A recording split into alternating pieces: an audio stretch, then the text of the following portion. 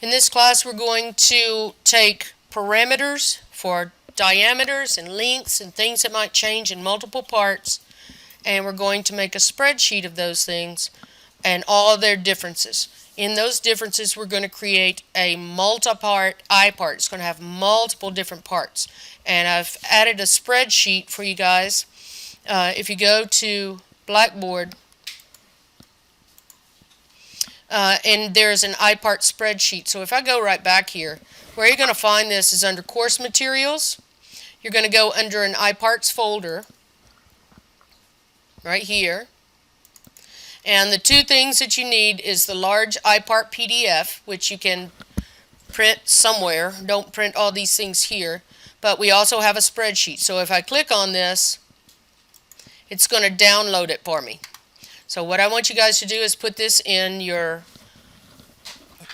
going to use this and put this in your daily work directory. Okay, so what we're going to do is we're going to open this up, and notice that I've already given all these part numbers. This is a configuration part. It is one part with multiple dash numbers. That makes it a configuration part. So this is a part number for the valve spring keeper pin, the roller arm pin, the rocker arm clevis pin. And we might go through here. We might skip one. This skips 17. It's okay to skip dash numbers.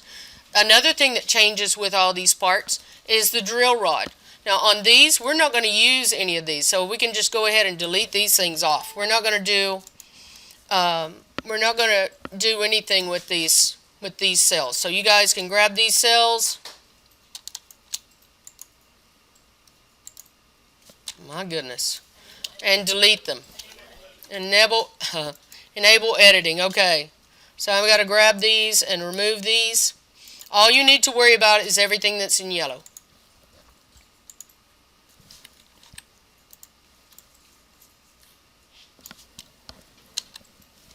Okay. The things that are in yellow there are about 24 parts that we're going to have all in one file, and it's going to be called the Howell V-Twin or 00221111 part. This is the root part number. This tells me that it is a machine part. This is the root number, and then this is a configuration number. Okay, so what we're going to do is we're going to put, and I've started this already. If you see an equal sign up here, that means that I want you to make a parameter in the dimensions of the part. If you see, and I'm just going to double click on this. If you guys see something like this that says it's a feature, FEA is feature, not finite element analysis. It's a feature. Is it going to be computed or suppressed? So when it's a feature, we're either going to allow it in our part or not. Okay, so I've started through this little drawing right here, and I'm going to take you down to the first sheet that has the Ipart, and you can see that they're named accordingly. This is a -001 part. The valve keeper spring has a diameter of 0.063 and a length of 0.24. So if I come over here, here's my diameter. My length is 0.24. You're going to fill in all the dimensions of all the different things that are different. So that's all that's on that first drill rod, right? If we go in and we add a flange, we don't want that on our drill. We don't want this on this valve keeper pin. So we're going to say suppress right here, suppress the neck, suppress the chamfer. Okay, so the dimension chamfer we may not need, but this is a feature, so we're going to suppress that.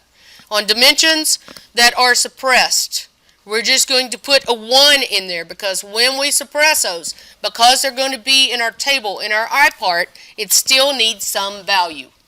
So you can pick 10 or whatever you want. As long as that flange is suppressed, it doesn't matter what this size is, but it needs it in that table in Inventor. So the next thing that we did was we went down to the next page. So these are in order by the pages. And on this page, you'll see that we have some different features. And what I wanted to say is that this is the entire length. It entails this little piece, this neck, this. And this is what I'm calling the flange. It's a flange top so that it doesn't fall down through a hole. It's like the head of a pin. This right here is the neck. It is cut in for a hairpin clip or an E-clip. It just goes in that smaller diameter and it keeps that pin in place. The next thing that I have is a chamfer right here, and we're going to use 15 thousandths for our chamfer. So if I go over here and I have a chamfer, here's the diameter, the dimension for it. I'm going to put 15 thousandths in there. So we could go ahead and put 15 thousandths all the way down here. If one is using it, we can make it 15 thousandths. We don't have a chamfer on the first pin. So the difference is in these two things. If I put a little pin on top of here, I have a flange that I have to suppress in my pin. I have a neck now that I have to suppress in my pin and this chamfer. So if we look at this head, this is the thickness of it, and this is the diameter of the head or the flange. I called it a flange inside the spreadsheet. So there are dimensions for that. So if we go over to the dimension for the flange diameter, that was 0.187. And the flange thickness right here is, what was that thickness? 25 thousandths. Thank you. Okay. Now when we go back to this picture, I've got 3 different dash numbers of parts that are going to use the same size for all 3 of these. They're all 187 and 0.25 on this side. So if I go over here, I want to copy that dimension down. I'm going to grab this little box right here and copy it down into these 3. I'm going to grab this one and copy it down into these 3. So is the flange suppressed in these rocker arm pins? So it's computed. That's going to be a C. Does it have a flange neck? Yes, they're going to be computed. There are no other features, there are no other necks in any of the other parts. I've done this enough that I know if there's one in there or not. So we can just either suppress or compute it, but we just need a thickness in there. Right? So we even need a, so if we said that we wanted to compute this, then we need the actual numbers in here. But since we're not computing it, we can just replace that with a 1. So what is the overall diameter of the pin? The pin itself is a 125 diameter with a flange put on it and a neck cut in it. So it's 125, and then we're going to add up all these dimensions for the length. So we're going to use the diameter. It's going to be 0.125, and I'm going to grab that one and I'm going to share that with the next 2 lines. Now we're going to go to our length. In our length, we can put in a formula that says equal, so it will add or subtract or calculate what we have. And it says 0.025, 0.214, 18 thousandths, and 30 thousandths. So can you guys read those out to me? And I'm going to put them in here. So we have equal, what? 0.025.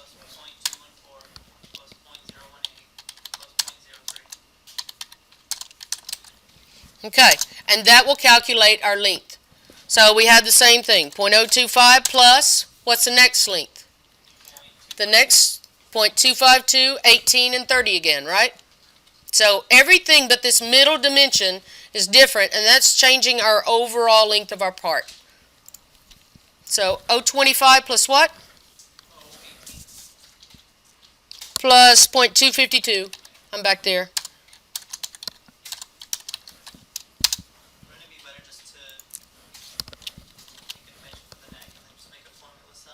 We could do that. Sure could. The question was, can we make a dimension for the neck and then make a condition for the formula cell? Is that what you were saying? Yeah. So we sure could do that. It's up to you how you want to do that. So I'm going to go 25 thousandths plus, and if I look down here, this is the third one. It's 262 and still 18 and 30. So I'm going to put those in my overall length here.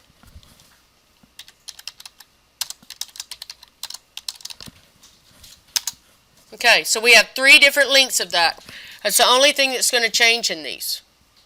All right, the cam bushing is the next one that we're going to go to. So if you go into your PDF, we're going to go down to the cam bushing.